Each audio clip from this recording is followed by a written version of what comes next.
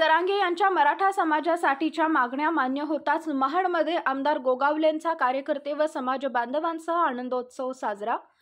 जरांगे पाटलांच्या नेतृत्वाखाली मराठ्यांच्या आंदोलनातील आरक्षणाविषयीच्या प्रमुख मागण्या मुख्यमंत्री एकनाथ शिंदे यांनी मान्य केल्यानंतर जरांगे यांनी मुंबईतील आपले उपोषण मागे घेतले। मुख्यमंत्र्यांनी जरांगे यांची भेट घेऊन सर्व मागण्या मान्य करून मराठ्यांना कोर्टात टिकणारे आरक्षण देणार अशी घोषणा करताच राज्यभर मराठ्यांनी एकच जल्लोष सुरू केलेला पाहावयास मिळत आहे। याच धर्तीवर महाडमध्ये देखील महाडचे महायुतीतील शिवसेनेचे आमदार भरतशेठ गोगावले यांनी छत्रपती शिवाजी महाराज चौकात महायुतीच्या सर्व पदाधिकारी, कार्यकर्ते आणि मराठा समाज बांधवांसह हा आनंदोत्सव साजरा केला। एकमेकांना पेढे भरवून, फटाके वाजवून, गुलालांची उधळण करत छत्रपती शिवाजी महाराज की जय, जरांगे पाटील आगे बढ़ो हम तुम्हारे साथ है, मुख्यमंत्री एकनाथ शिंदे यांचा विजय असो अशा घोषणा देत सर्वांनी हा आनंदोत्सव मोठ्या जल्लोषात साजरा केला। ब्युरो रिपोर्ट, तेज मराठी न्यूज। ज्याच्यासाठी जरांगे पाटलांनी उपोषण केलं होतं, गेले 6-7-8 दिवस जे काय चालत येऊन त्यांनी नवी मुंबई जे काय आपले वाशी मार्केट आहे त्या ठिकाणी कालपासून जो काय तळ ठोकून बसलेले होते आणि ज्या काय मागण्या होत्या त्यामध्ये स्वतः मुख्यमंत्र्यांनी येऊन त्यांना जो काय निवेदन जे काय त्यांना मुख्यमंत्र्यांनी दिलं होतं त्याची प्रत ज्या त्यांच्या मागण्या होत्या त्यांनी ते दिलेल्या आहेत।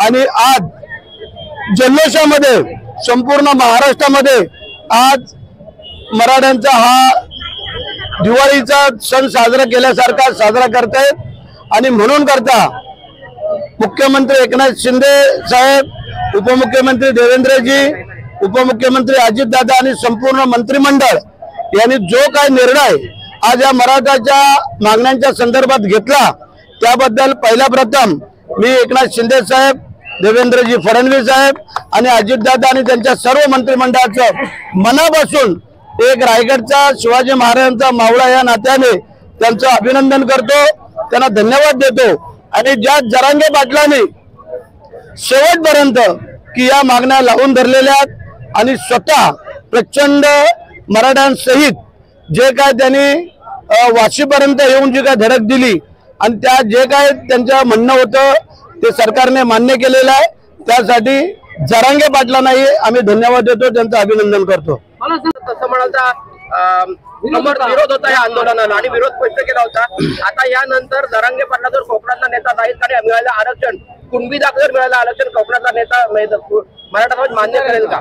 कुणबी दाखल्यामधील आरक्षण किंवा हा मुद्दाच नाही आहे, आम्ही पहिल्यापासून सांगत आलेलो, आत्ताही सांगतो की जे मराठ्यांना आरक्षण हवंय ते आम्हाला टिकणारं आरक्षण हवंय, हा आमचा सगळ्यांचा मुद्दा आहे आणि तोच मुद्दा घेऊन आम्ही पुढे चाललेलो आहोत।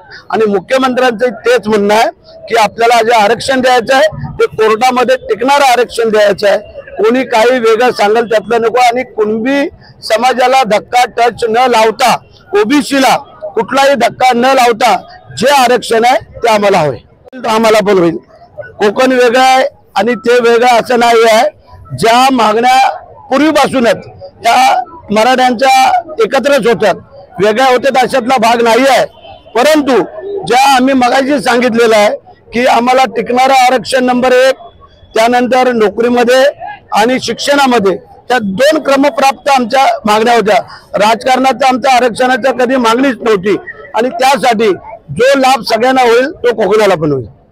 न्यायालयाला पण विचार करावा लागेल आणि आम्ही काय सांगितलेलं आहे, टिकणारं आरक्षण असावं या मताशी आम्ही सगळे सहमत आहोत।